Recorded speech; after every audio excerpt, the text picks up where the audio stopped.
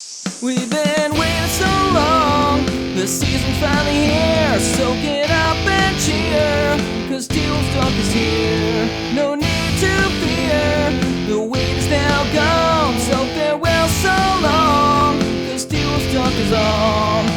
Welcome everyone to this episode of Timberwolves Talk on November 9th, 2021, a day after the Timberwolves were beaten against the Memphis Grizzlies. Tragic day. You guys probably were waiting to see what we were going to say, because this was a must-win game. Must win. We said it ourselves. We said this is a must-win game. Must-win game. The players even said it too. Before the game, the players all said it was a must-win game. Everyone said it was a must-win game. Yeah, Jim, Pete, and Dave were really making it apparent that the players were saying it's a must-win game. And they came out to start the game like it was a must-win game. It kind of started almost like the second Clippers game where they get out to, a 16-5 lead. I think it was 16-3 in this Grizzlies game. And most of the game was good. Honestly, besides that, like, they were up by 20 at one point, and they kind of gave it up. They were down at halftime, by 4 points. And at that point, classic Timberwolves, I'm sure Peyton was thinking the same thing, but I'm like, wow, we already lost the game. And we were down by 4 at halftime. There's no way. And the third quarter goes well. This team had a little life in them. And that was very surprising, because there's been a lot of stats recently about especially the Timberwolves broadcasting network on Bally Sports, they'll show the points per quarter, and you guys will see it's about 30 points in the first quarter, 27 in the second, and then it drastically decreases to 21 and then 20. I don't know why that is. I don't know why this team can't finish games, but once we got to a 16-point lead with 6 minutes left, I'm not gonna lie, I felt confident. I can't lie. I felt confident. I mean, as confident as you can be. I know we choke leads, but that's as confident as you could possibly be. The ESPN win basketball probabilities. Index. Yeah. Do you know how they do the probabilities? You want to guess what ours was? Probably 99. It was 99.1% chance that the Timberwolves were going to win at that 6:30 mark. But the moment I knew they were going to lose, I will say, was when the Grizzlies cut it to 12, and then Morant came in when they cut it to 10 with 4 minutes left. Yeah. At that point, 10-point lead, and then comes in, I was like, oh no. When you get that little feeling in your stomach. Well, not like, even wow. you got that. Not even you had that. Just you had that feeling, Chris. I think every single Timberwolves player had that feeling too out on the court, and they were scared. Every single player was playing scared that they were going to lose the game, and they didn't want to do anything that was going to contribute to losing the game. It seemed like everyone was playing passive. No one wanted to attack because they were afraid that they were going to make the turnover, make a mistake that was going to lead to us losing the game. And the problem was, but by them all doing that, that is in turn why we lost the game. It almost seemed like in those last possessions, we were the team that was losing. It was just, that's how, or not even that. It was like we were trying to, it's a classic Minnesota sports thing. We were trying not to lose rather than to win. And yeah, I don't know. You mentioned Minnesota sports thing, and again, this weekend goes to show the Vikings with the 17-point lead against the Ravens, and I don't know, man. Is this really a curse? Because it seems like they are I don't know what it is. All these teams play the same in Minnesota. There has to be something, right? I don't know, man. Mentality. It's just when at the end in the fourth quarter, when you're winning the game, you like a shot clock you shouldn't even have a possession where you get a shot clock violation. You should have all the leverage in that point in the game. The defense should be scrambling, trying to stop you. You're winning the game, but we end up getting shot clock violations, and it just, I don't know. It looks like we didn't want to win that game. Yeah, we'll finish up explaining the game here, and we can elaborate to the rest of it. So, like I said, comes in with the 10-point lead. We all kind of know what happens. With some crazy dunks, crazy finishes, and also we got out rebounded tremendously in the final 4 minutes. It was brutal. Jaden McDaniels fouled out. Weird. And what? I said weird. Yeah, weird, right? 3 out of the last 4 games, Jaden's fouled out. But Jaden fouls out, and interesting move by Finch. He brings in a Kogi instead of Vando, or I'll just leave that. He brings in a Kogi, 6'4". Again, we had like 4 players about 6'4" or 6'5" on the court at that point with Cat, and the Memphis Grizzlies had Steven Adams, Jaren Jackson, and I believe Brandon Clark. Brandon Clark came in after Jaren Jackson fouled out in overtime, but they had a lot of tall players on the court. Kyle Anderson is about 6'8" too, and he's a forward. So big lineup from the Grizzlies, and we saw what happened. Comes back to bite us. This time it was a lot of Jaren Jackson in the paint, getting free layups off. That little tip in at the end really killed the Wolves, I thought, with the I think it was 2-point lead at that time, and they gave up the offensive rebound to tie it up with a minute left. And we kind of did this. We did the same thing again, man. We just hold on to the ball for 23 seconds and expect a shot to come open. And that was the issue. It was a lack of half court offense and a lack of defensive rebounding, I think, is what hurt the Wolves. Yeah, I 100% agree. Another thing I noticed about the game was, and I didn't pay enough attention to when we lost our timeouts, but there was multiple occasions there where if we would have had a timeout at the end of the game, we could have called timeout there on that 5-second call. The D'Angelo Russell one where he was the only one who moved, and Pat Bev, we got a 5-second violation, which should never happen. And to add on to that, that's Pat Bev's 3rd time in a clutch situation that he's turned the ball over on an inbound but play. Can you even blame him on that, though? No one was moving. We saw that that play's been being posted all over Twitter and stuff, but yeah, really, Finch took accountability, took the blame for that one in his post-game press conference. He said he didn't prepare the guys enough on that play, and the guys in the corner didn't really know what they were supposed to be doing. So that's tough to see. Coming out of a timeout, that's tough. As a basketball player, Chris, you got to have a mental clock. Yeah, at some point, if the play is not working, everyone just got to run to the ball and at least give Pat Bev a chance. So what was the score at that point? Were we up by 1 still? It was we were down by 1 at that point. So okay. we had a chance to tie the game there with 4 seconds left. We were down by were down by 1. We had a chance to win the game, and we come out of the. Was it a? I don't even think we had a timeout. We didn't have any timeouts. That was dead ball. So we go to inbound the ball, and D'Lo's getting double teamed, and no one's moving in the corner. So that's obviously an issue. Pat Bev 5-second violation. Grizz get it into Ja, and Ja knocks down both the free throws with about, I think, 3 seconds left. So at this point, we're down by 3. We have a full court to make up here on the inbounds play, and it was pretty much over. But we got extremely lucky that Brandon Clark tipped the ball out of bounds on the heave by Naz Reid, who is a high school quarterback. Yep. By the way, they love to mention that one. We get lucky, and again, the inbounds play looked horrible. Bro, you gotta run out of you gotta be able to run side out of bounds plays in the NBA. And we lucked out that Cat somehow flashed towards half court, and I saw him flashing towards half court and the ball coming in. I'm like, wow, that was horrible. The game's over.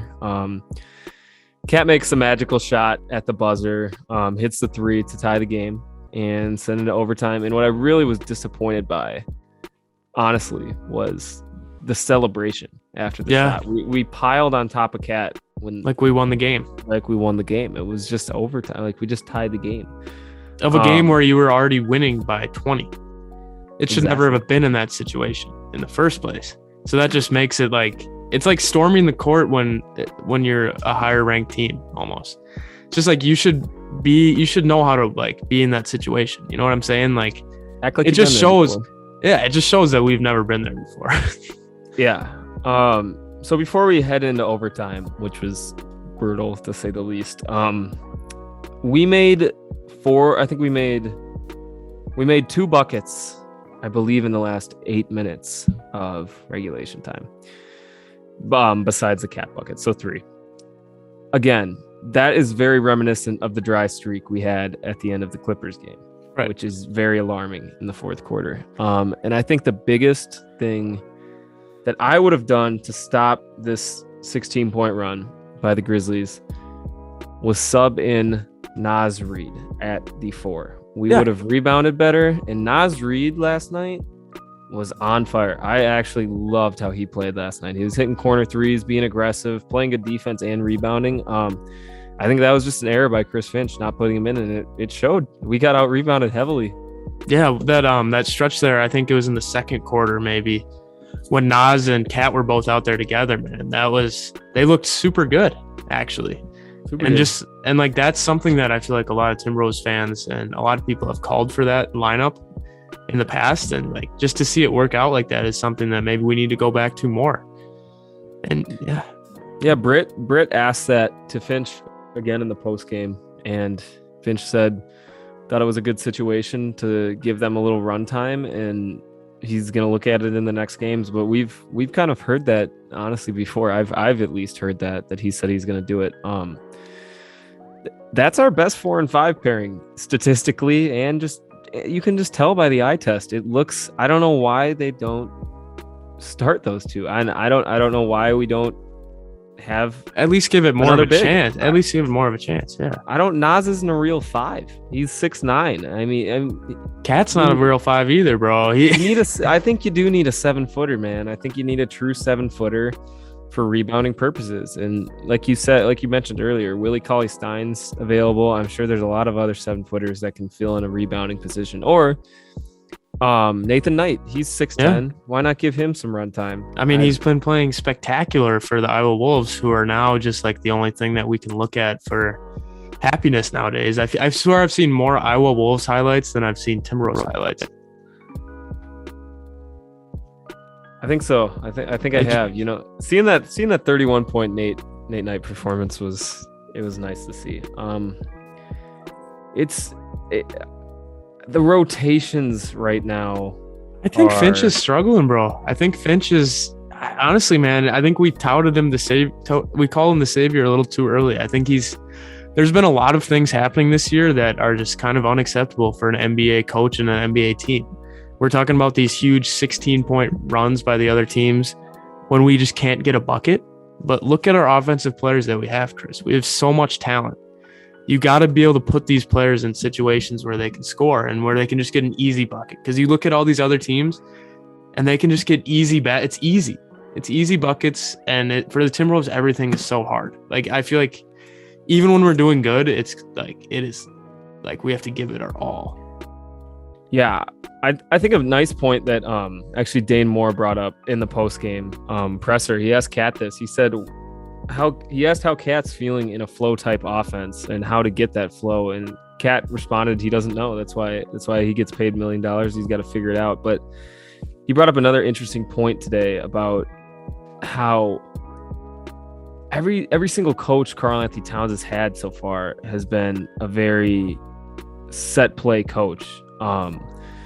Tibbs and both Saunders were running a lot of set plays, and you bring Finch in here, and he's a very flow oriented offense. He lets his big time players oftentimes decide what they're going to do and how they're going to move the ball.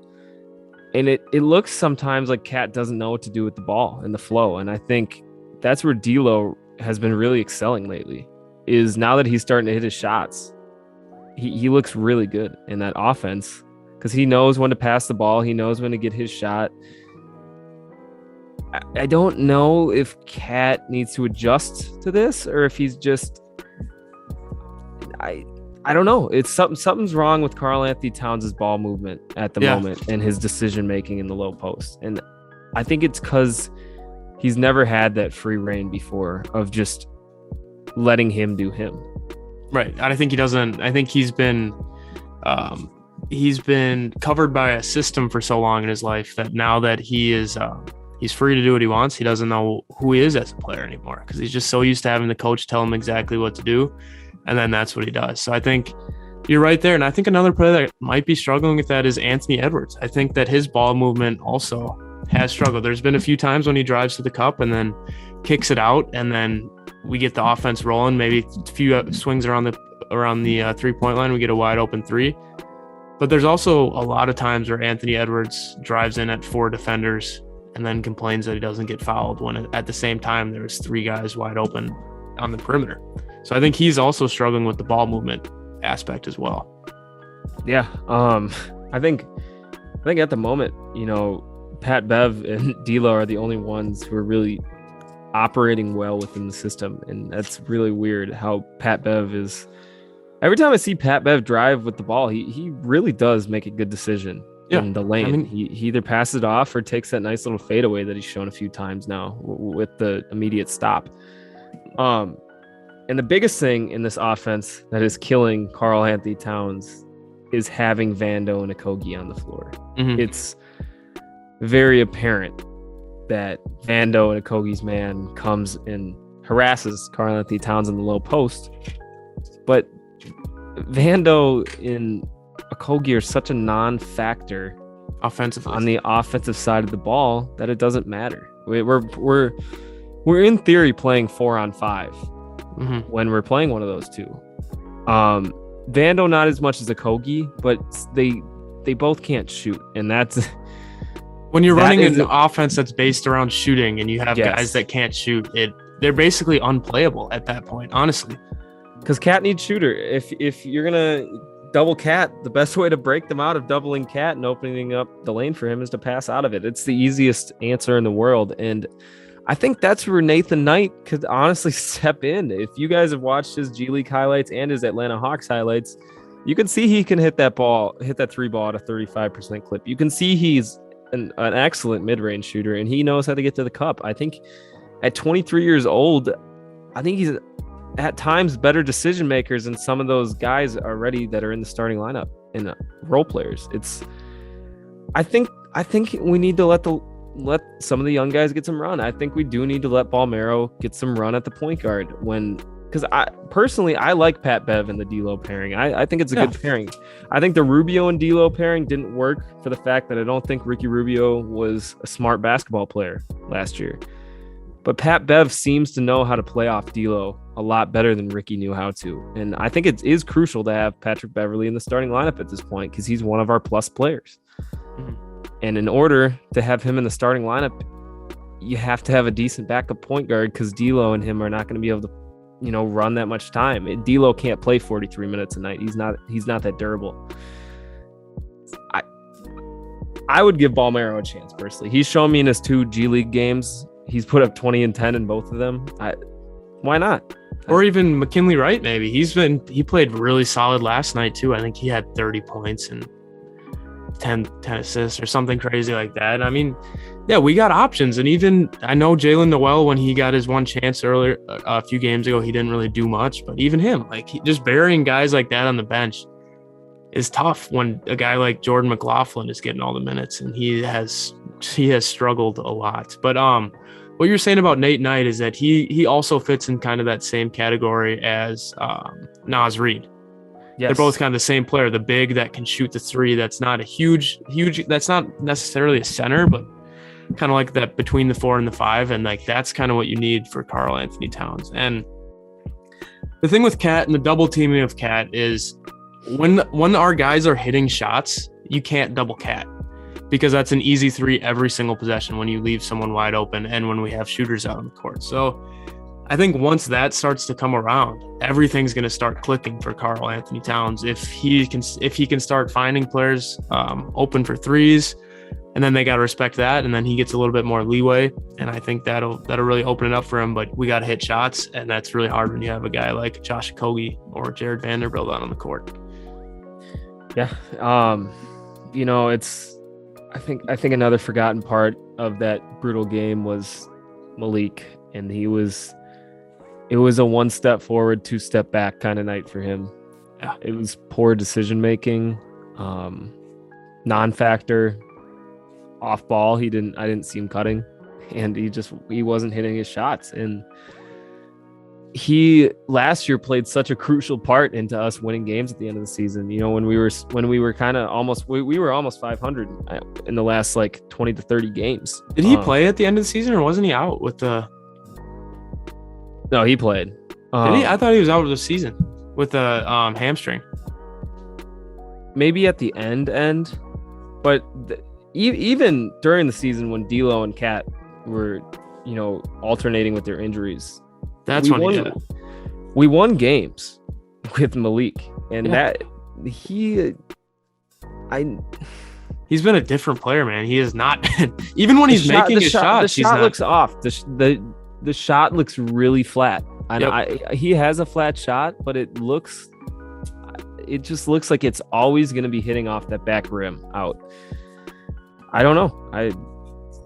Hopefully he can, you know, get into a groove, but I mean, we keep saying that every single episode. We keep saying this is the game that Malik's going to come back, but no, he's been struggling, and we've both been pretty big Malik supporters. We've both been saying like we really didn't want him to get traded, but I don't know, man. He's struggled a lot lately, and I don't know. I think that what we can do is we can pull some optimism from that game. Is that Memphis is a good team.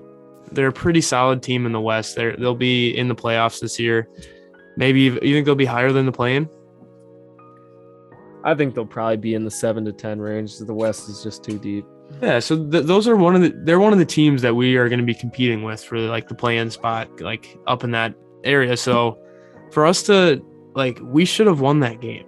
Like there was a 99% chance that we were going to win that game at one point.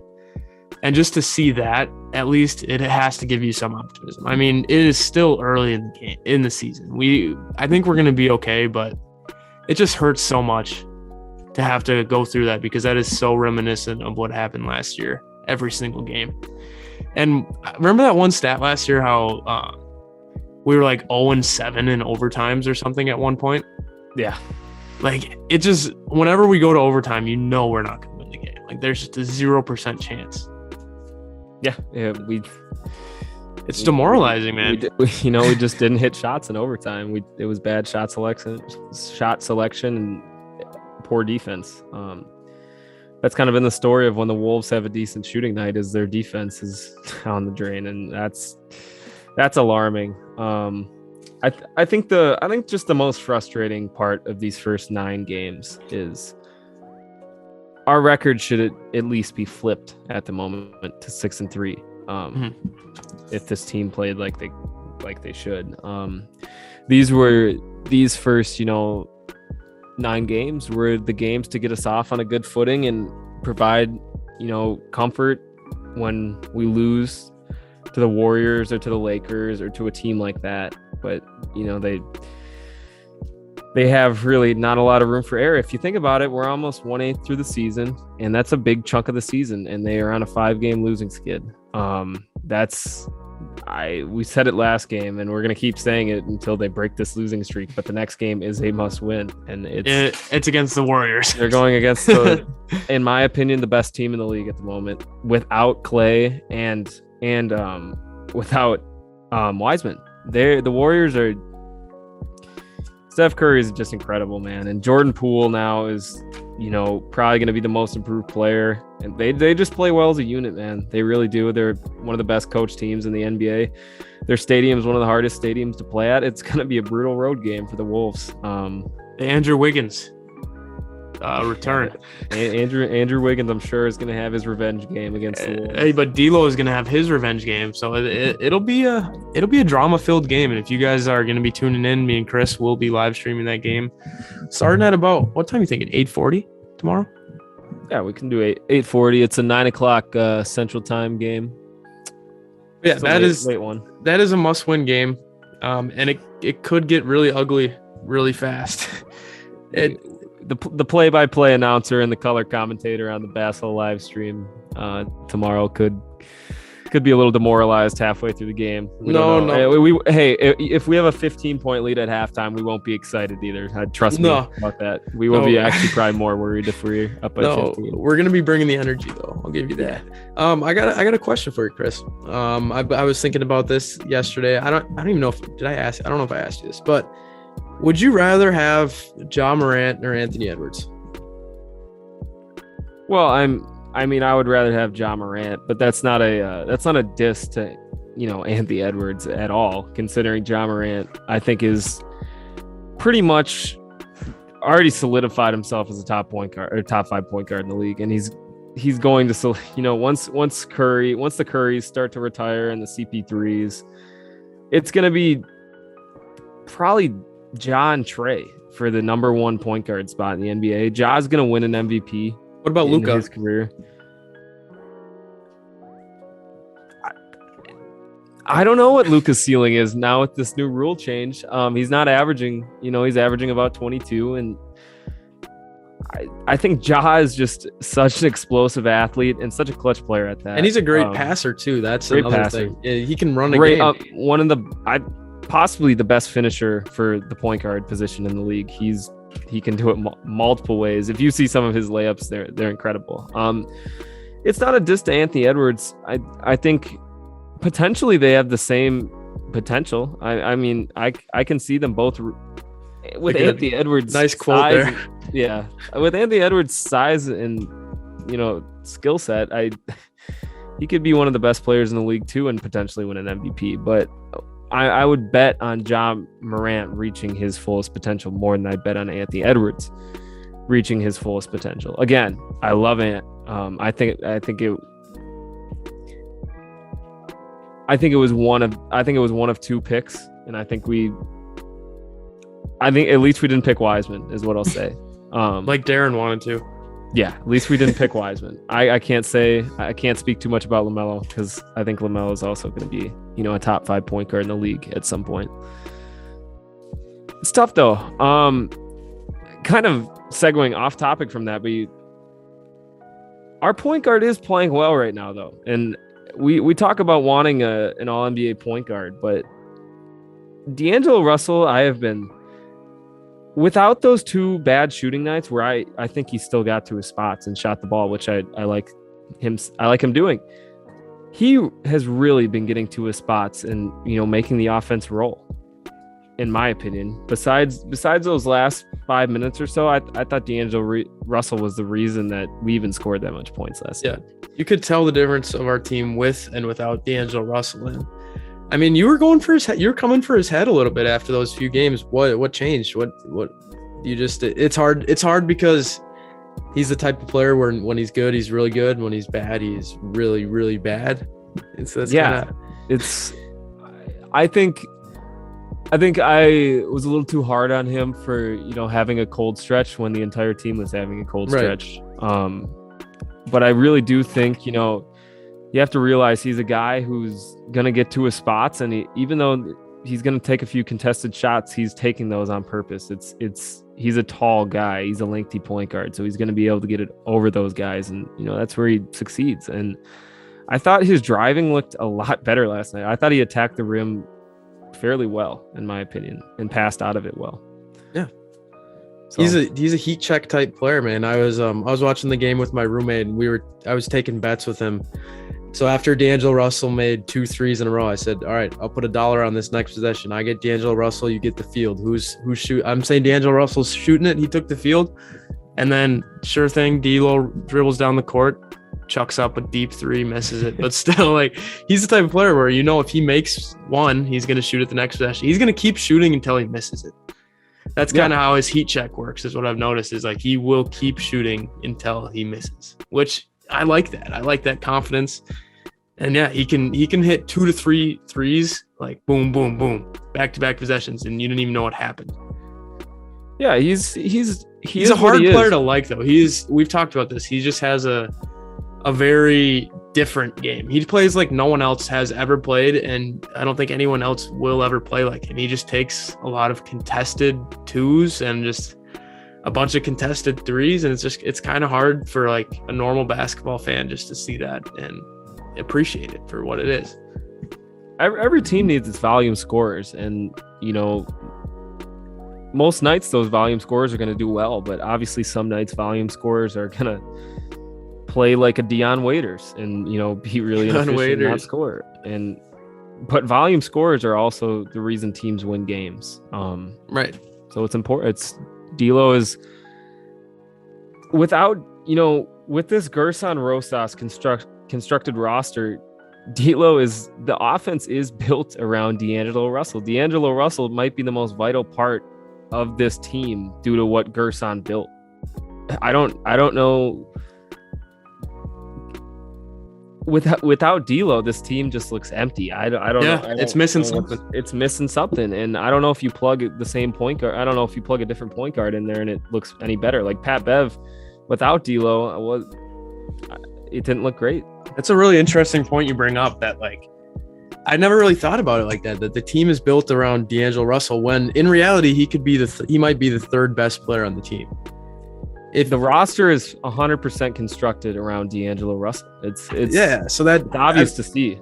And then that's just weird to think about, that you would have the roster built around your third best player. And so is that putting Cat in the best position? I don't know. Probably not. Is that even putting Ant in the best position? Probably not. But that's just how the roster is right now. So we got to do the best with it. But another point I wanted to bring up, and kind of why I asked you about the Ja Morant thing, is Ja Morant is a dog with a W, DAWG. He's an alpha, man. When he gets in that position at the end of the game, when his team is down by 10 with however many minutes left, he wants the ball in his hand. He wants to take the shot, and he might not make the shot, but he's going to make a play and he's going to be aggressive. And there's no way in hell that Ja Morant's going to let this shot clock go down to 2 seconds before he puts up a shot. He's going to be aggressive, and he's going to be the aggressor, make the defense on their heels, make them be scared. On the Timberwolves, man, sure, Anthony Edwards is a great player. He's great offensively. Sure, you're talking about D'Angelo Russell is great offensively. Sure, Cat's a top 15 player in the NBA. How the hell do you have all these games where we don't have a single guy that's willing to step up and do that? How does that happen? It's tough. It is tough. I mean, you saw the shot where I think the Grizzlies were down by 5 at this point, and Cat got switched on to Ja Morant. Yeah, and you just knew before he even shot that step back 3 that it was going in. Going in. And that's why Ja Morant is going to be one of the best players in the league. That's why we can't say that about Anthony Edwards right now, because he's not showing us that. No, none of these 3 guys have. I can't say none of these 3. I think D'Angelo Russell has, in his past 2 years hit a lot of shots, really clutch shots for us. I would say Ant and Cat haven't shown me they can be that guy to come back from 5 to 10 points in the last 3 or 4 minutes. I haven't seen that yet of these guys. And it's not even that is what I'm saying, to the point when we're up by 15 to hold a lead. You need someone who's going to be aggressive and not be scared and playing hot potato, honestly. I don't know. It's just so frustrating to me to see that happen, because it's almost like the players were having the same reaction that we were. Oh shit, Ja Morant's going to go off and we're going to lose. But no, dude, you're up by 10 points. 10 points is a lot of points, even in the NBA, to the point where you should be able to get a few easy buckets and put the game away. I don't know. It seemed it was just I think the 3 games they've choked so far is they've been passive having the lead. I think they just have to change their mindset of, we don't even have a fucking 15-point lead. We're a tie game right now. Just play like you're tied. Just play like you normally play and you win the game. Even if that doesn't work though, and they come back, at least you were fucking running an offense and not just looking. I don't even know what that was. I don't even know what it was. And who do you blame that on, Chris? Do you blame it on the coaching? Because I'm starting to the point where I don't know. Finch has had a lot of games where he's mismanaged the game at the end, and I don't know if it's, I guess, because everyone is talking about how we only practice defense in the offseason. Well, if your offense is built solely around, if your team is built solely around offense, maybe you should have practiced a little bit more offense. Maybe you should have had a few more set plays that you can run. Sure, you can run that. What's the flow offense? Is that what you were calling it? Yeah. Sure, you can run that during the game, but at least have a few set plays that you can go to where all right, I know I'm either going to get a basket, a wide open 3, or I'm going to get fouled here. You got to be able to have that in the NBA. Every level of basketball has a few plays that can do that, and it just honestly, it seems like we don't have that, and that's just unacceptable. Yeah, it's almost like like we were talking about Ryan the year prior, like there's just not a lot of easy shots. It Yeah, it's doesn't hard. seem like there's a lot of, So then, do you say did we give Ryan not enough? Like, was it all Ryan's fault? I don't think Ryan was good. I don't think he was good at all, but I don't think he was all to blame for the Timberwolves. I think you can put a lot of blame on. I don't know. It's a lot of blame to be put on there. It's just it's a tough start. It's a tough start to a season that you expect to be, above 500. It's you gotta, you're going against. I know the Lakers are struggling, but I mean LeBron's gonna be out.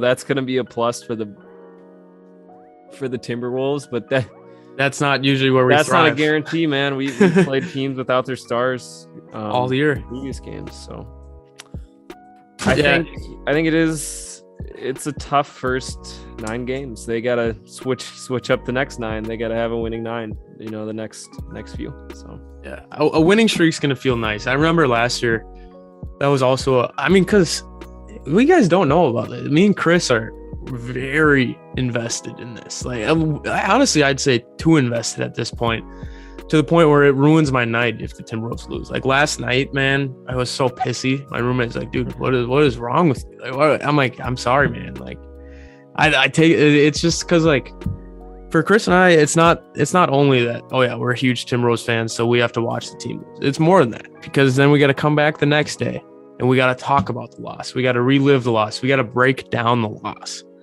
And then it's even worse than that, because then we got to go look at the analytics of our podcast. And when we're losing, not as many people tune in. So that's a triple slap for the loss. And then when it builds up, it's just boom, boom, boom, boom, boom. And we're just getting beaten up. So a win on Wednesday is going to mean the world to us, man. And we're going to be live streaming. And I'm just going to be so happy if we can pull away a win against the Warriors. I think a journalist, or just a podcaster in general's worst nightmare is having to talk about the same thing over an elongated period of time, because it makes things stale. Like, we don't like talking about us blowing leads or having bad lineups or not hitting shots. Like, that seems like it has been the story for the whole last year, man, the last season and this season. So, like, yeah, we want to talk about this player getting a 40-point performance, this player debuting, getting 10, 5, 3. We want to talk about garbage time when all of our future players are getting minutes because we're up by 30 points and they're finally, you know what I'm saying? So it's just as hard. I mean, I understand the fans. I don't even know how you guys could just casually do this without even having like a podcast about it or anything. Can't even imagine, man. It's just so difficult, and we got to turn it around.